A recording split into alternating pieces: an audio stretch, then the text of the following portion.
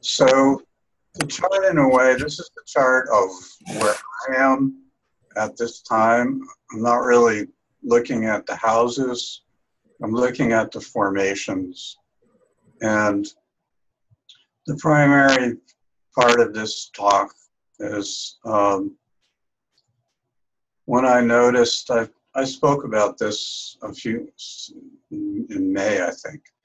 And I found this formation, which I found really quite interesting. And then I discovered it's pretty much in place for a whole year. And so fundamentally, although right now Chiron is technically 1 degree out of orb, but for me, because this is a long-term pattern, I'm calling it conjunct south node. Neptune is conjunct the south node. Saturn is squaring the south node right now. The moon is right on Saturn.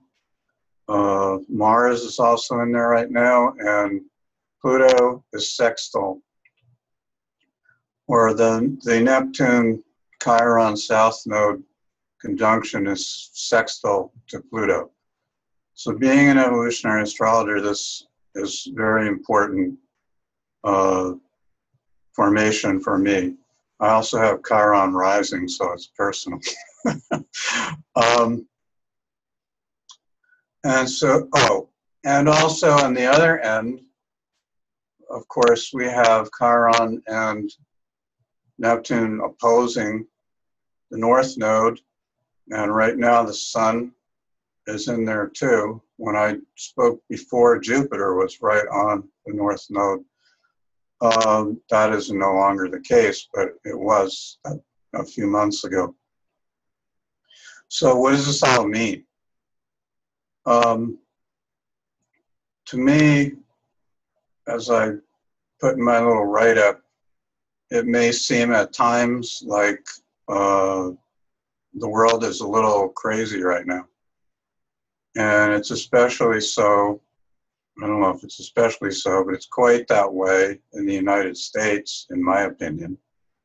And from what I see, there's a lot of this going on all over the world, many places. It's like extremes that we're not used to. So what's it all about? To me, and I'm speaking from my personal experiences, actually I should step back for a moment. I was involved closely with evolutionary astrology for something like 12 or 13 years. And I'm still involved with it. And as a result of the changes that I have been through, partially from my involvement in evolutionary astrology and my own growth and how it's affected me, I've also found myself in the last few years going through a lot of changes and opening up and seeing things differently than I have before. And I view that as part of the continuation of my ongoing growth. So what does this all mean? And to me, from the changes that I've been going through, and a lot of it is very internal, my life really dramatically changing, many external things in my life ending without my having given explicit permission.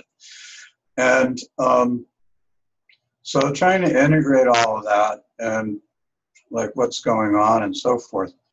And I've just been paying a lot more attention to how am I feeling, what's going on. And I've become aware from this because I've spent probably the majority of my life in these what's typically seen as outside of the box realities. And ways that I've lived my life and so forth. And so it's been waiting, so to speak, not so much waiting, but aware that there's all these changes going on the planet, supposedly. And it's seeming that way, and at times seeming like we're making progress, and other times it seems like it's going backwards, and so forth. But I've become really aware in the last year or two. Now is the time for, or a time, profound energetic changes that are going on. And there's always a lag, it seems, in what you might call the time between a thought, an event, and the consequences of that. And that, to me, in a way, is what the EA teaching about phases is about, where we have conjunctions because they're a beginning. I used to say things like, typically spring starts on March 21st in the Northern Hemisphere. So I used to say to people, can you really tell me the difference between March 20th and March 22nd? And the answer is, we can't. We don't perceive it. But something has shifted.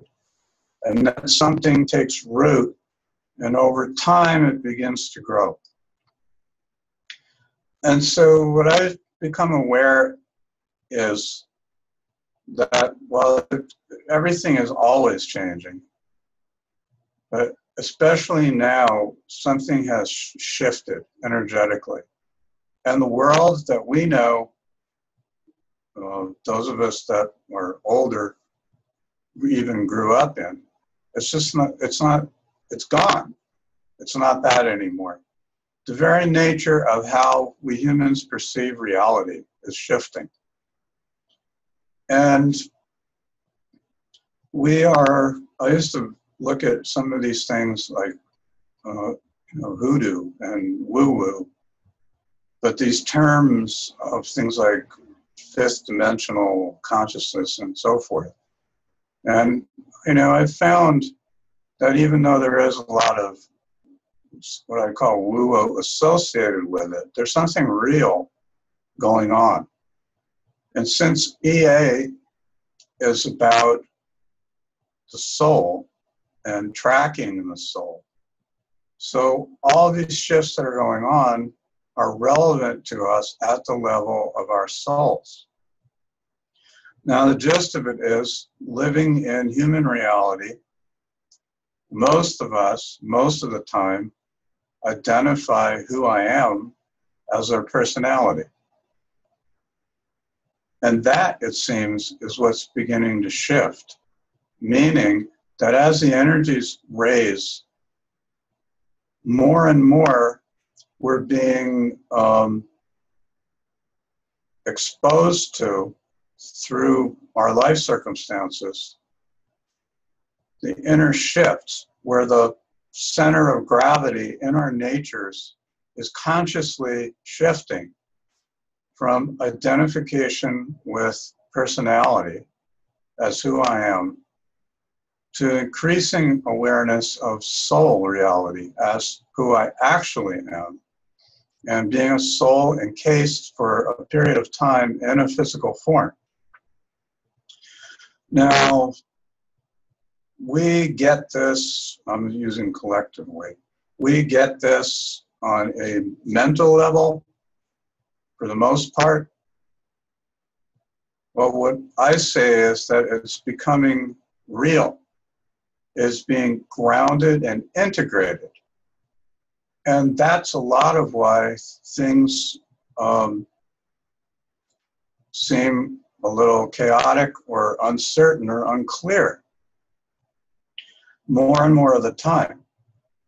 I was raised with this kind of hopeful, youthful, spiritual belief, like when you start becoming more conscious, your life becomes, bliss and joy and happy, and you see all the beauty of everything all the time. And, I've been learning that's not exactly how it works. In fact, the transitional period is, in a lot of ways, almost the opposite. Because as one moves forward in this, one starts seeing, I can no longer relate to the outer reality, not only the collective outer reality, because I feel like many of us have felt alienated from that for a long time. But I'm experiencing it, even the realities that we have created. I'll start saying even the realities I have created for myself for a long time, I can't relate to them anymore. Many of them. And as I like to put it, it's not like I have a plan B identity sitting on the shelf waiting for the time that my current identity no longer seems to fit. And so it's like, it really is a period of incubation, gestation. And it's also associated with what I call the death rebirth cycle. Because first of all, it's not like somebody's knocking on the door going, by the way, the life that you've been living, it's going away. That's one of the values I find in astrology. It's what I sometimes call the missing emails that people forgot to send. We can deduce from this that we have, or a client has, major changes coming up in their life. But that doesn't emotionally prepare us for that. And that, I'm finding, is one of the limitations of astrology. Because it can tell us what's coming. And in the broadest sense, it can say, oh, well, you need to move your life in this direction or that direction to deal with it. But how do you do that? Astrology can't tell us that. I don't think so. And so this is where it starts becoming inward, where we must become even more inwardly directed and less affected by and caring about the perspectives, beliefs, and opinions of others. Because I consider these spaces to be pioneering. I've felt for a long time, and I've become clear, I'm simply not here for the majority of what the majority of people around me seem to be content, happy, or willing to live their life as. I've never been able to do that. I spent a lot of time in my life wondering what was wrong with me, that I couldn't just do that. But I've come to understand that's not why I'm here. And I am not anything special, and I'm far from alone. And there's millions of people here, souls here, that are here for various purposes and reasons to evolve themselves and to participate themselves in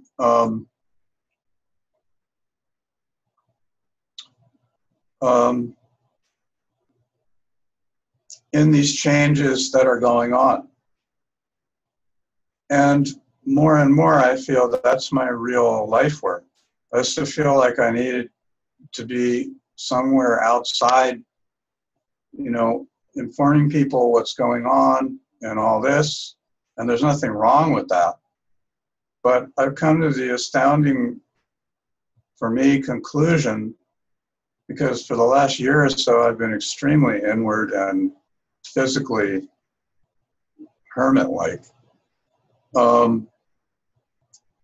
that I'm doing a whole lot to raising the consciousness in the world just from sitting in my living room and integrating the changes that are occurring to me.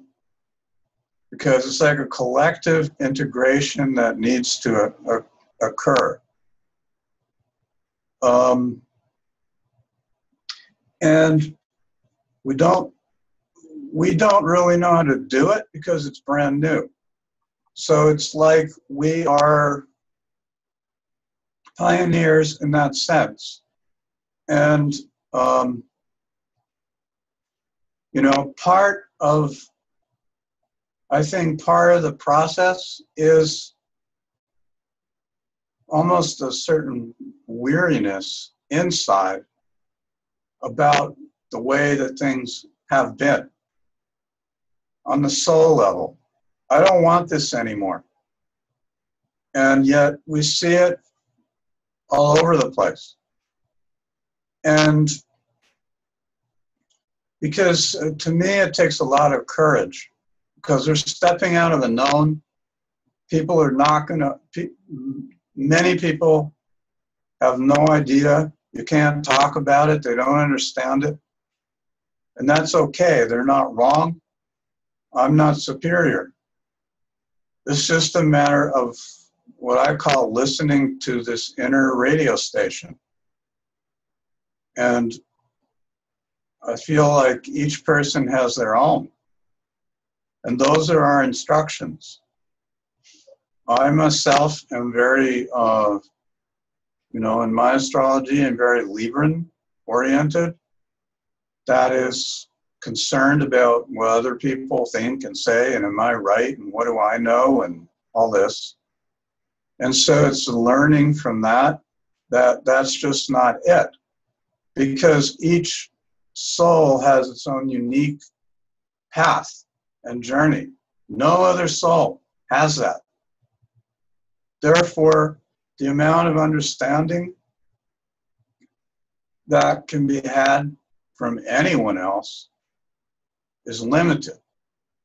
It doesn't mean there's not value in what others have to say, or that I shouldn't be sharing or asking about my journey, but it's more for feedback than to try to hear what am I supposed to be doing, or am I on the right path, or am I crazy, etc. And that's what I find, and it's what my astrology practice has become more and more and more, is simply validating for people that what you feel in your heart, what you know, is in fact correct for you. And that's the path, the right path at any given time. I've been so isolated some of the time in the last 6 months, you know, it's like, what are you doing? What are you doing? But as I tune in, and I mean, I can get extreme with it, but as I tune in, somehow I know that at this point in time, that's an experience I need. And another part of this that I've becoming very aware of, more, I mean, I never was aware of it, is that all of the feelings that we feel are valid. There are many emotions, feelings that we humans can feel. And most of us have a bunch of them that we really like, and a bunch of other ones we don't really want to feel.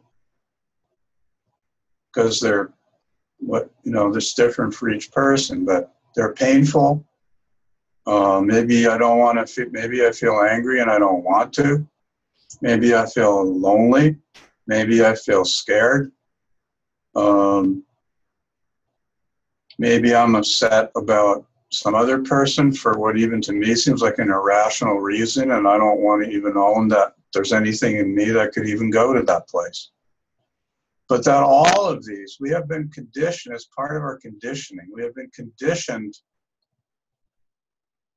to judge and filter and limit and stay away from feelings that we have that are not socially acceptable, which is different in every culture, and others that we're supposed to feel. You know, in this culture, I see a whole lot of people walking around all the time. In other words, most times when you see people having pictures, they have these gigantic smiles on their face. Well, a whole lot of them, I can tell, are not smiling inside, but it's somehow not cool to not have this gigantic grin and be happy all the time, which is not the way hardly anybody I've met actually feels. And so what happens with all these other feelings? These are parts of ourselves that we are disowning. Now I see this jumps into what I was talking about. So Chiron represents our deepest wounds. Wounds that can run the gamut. Chiron's in Pisces now. An obvious interpretation of Chiron in Pisces is the wounds we have experienced through the religions that we've had on this planet for a long time, over many lives. Because these religions have been teaching us to behave in the ways I just described. Now, souls have an innate sense who we are, of whether, depending on what your background is, whether you want to call it God, divinity, the universe, goddess, creative principle. There's a knowing inside that we're part of something larger. And it's a very innocent knowing, like a small child, because I feel that's our actual nature as souls, innocence. I think that life has a great innocence to it. That's part of the beauty of the whole thing. And yet we live in a body, in a culture, in a world where you have to learn other lessons about the nature of the reality of that world, of how to take care of yourself, because a lot in this world obviously is not operating in ways that are aligned to that. And maybe that's some of the reason that we come here. But the experiences that we get as our innocence is violated again and again. And we don't see the full picture of why, but we see the personal picture when that occurs. Relates to our wounds.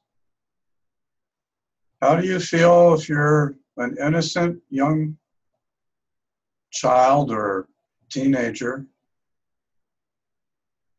and because you feel love in your heart and an attraction to divinity, God, whatever, and the form that's available to you is a church, and you go in that church, and then you are being treated, you are having experiences with the person you see as a representation of that divine that are not at all respectful for you. What does this do to your sense of belief,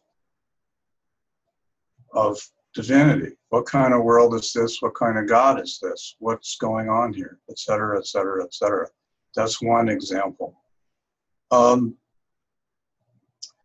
other ways, we have all experienced deep abandonments,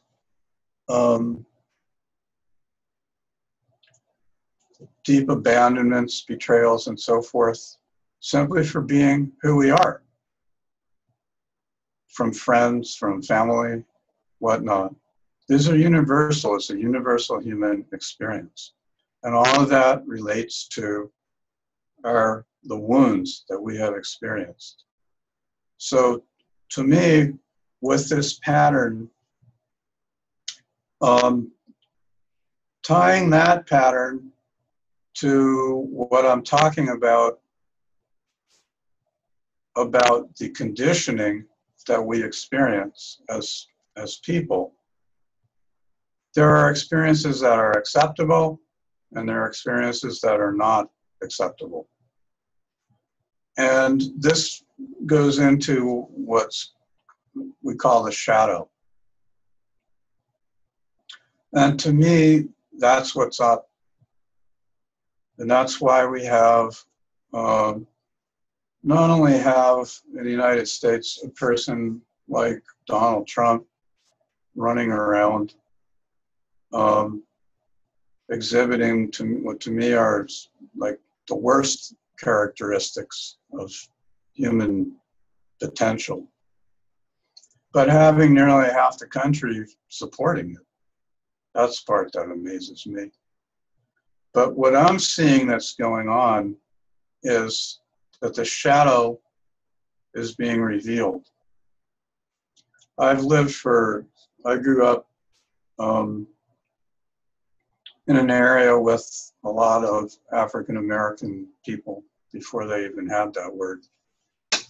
And so I was aware of what you call multicultural from early on, which I consider a real gift. And I've been through 20 or 30 years of now we're post-racist and, you know, we're all in this together and da-da-da-da-da. And so what's been blowing up for the last 3 to 5 years is this racism, which is, to me, almost, I mean, it's absurd. I find pockets in my own shadow of this. It's like it's in the water, it's in the air on this planet. Every culture thinks it's better than some other culture. Every race thinks it's better than some other race. It's, you know, I don't know how this works, but it's just, that's what we have to work with. And yet we also know that we're one and we're emanations of the same creative divine force. So that's a dichotomy. And ultimately, if we're going to stop having a reality with such dissension and hatred, we're going to have to become aware of that. And that means these hidden parts, because racists don't think they're racists for the most part, because they have to live with themselves. So they have all sorts of nice rationalizations, just like slave owners used to go to church every Sunday and pray to Jesus. And so, to me, these things need to be exposed, and that's what's occurring. And there's an ugly side of it. You know, when I went to school, it was Lord of the Flies. I remember that book about what happens when you put a bunch of kids out supervised on some island in a survival situation. And it wasn't pretty. And these tendencies, we humans, we have these tendencies, and they're related to our survival instinct. They're related to our adrenaline system, fight or flight, all that. I have a friend who works with a being, a discarnate being. And, you know, from this, I've got an idea that's astounding to me, which is that the human race, the mutation or evolution of the human race, is the removal of the fight or flight instinct, because we no longer need it. This is what's said. This is so fundamental at this point to our biology, to our history, personal history. Like, wow. But when we start looking at ourselves as souls, we start seeing, I can't die before it's time for me to die. I can't be maimed or hurt if that's not in my program. And in that identification, it's like simply experiences that occur. I'm not saying that as some kind of rationalization for horrible behavior. that's where it gets a little touchy. But we're on these soul journeys. That's who we are. It's what we are. We cannot, the soul cannot die. It has these experiences. We don't consciously understand why in many cases. And we're moving slowly towards the collective conscious realization, remembrance of this. And we're probably talking about hundreds, even thousands of years. And yet, it begins now, so to speak. Because we're living in that way, we're setting the seeds or foundation for what's to come later. You know, a being like Jesus came thousands of years before the consciousness he represented was able to remotely begin to be understood. And yet it's a way shower or a breaking of the patterns. So in this time, I feel like it's a collective breaking. It's not a couple of super evolved people. It may be that too, but that's not enough. This has to be grounded by millions of people. Millions of people sounds like a lot, but in relation to 7 billion, it's not necessarily a lot. But it's somehow this 100th monkey kind of thing. And so for me, more and more I see that's what's going on. And Steve, yes. Quick question from Tashi. We have about 2 minutes left. Oh, I'm sorry, I didn't realize that. That's okay. Go ahead, Tashi. What is the pattern you think in fight or flight? Because I agree with everything you said. And that last statement's very interesting to me. Is it Uranus square Pluto, maybe? So many refugees are being taken in when they left. Well, I think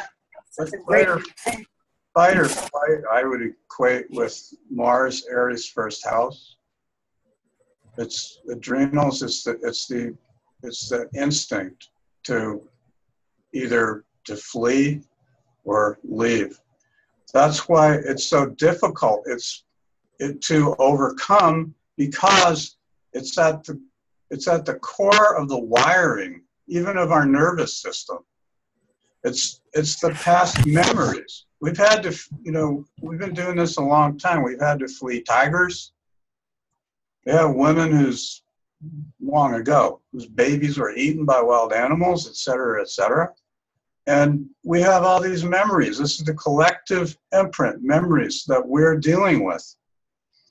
And we've seen it play out in our lives, even in recent times. If you're a victim or a survivor of a genocide, of some kind of totally crazy experiences, these are imprinted really deeply. I feel this is very tied to the Chiron, to the deepest wounds.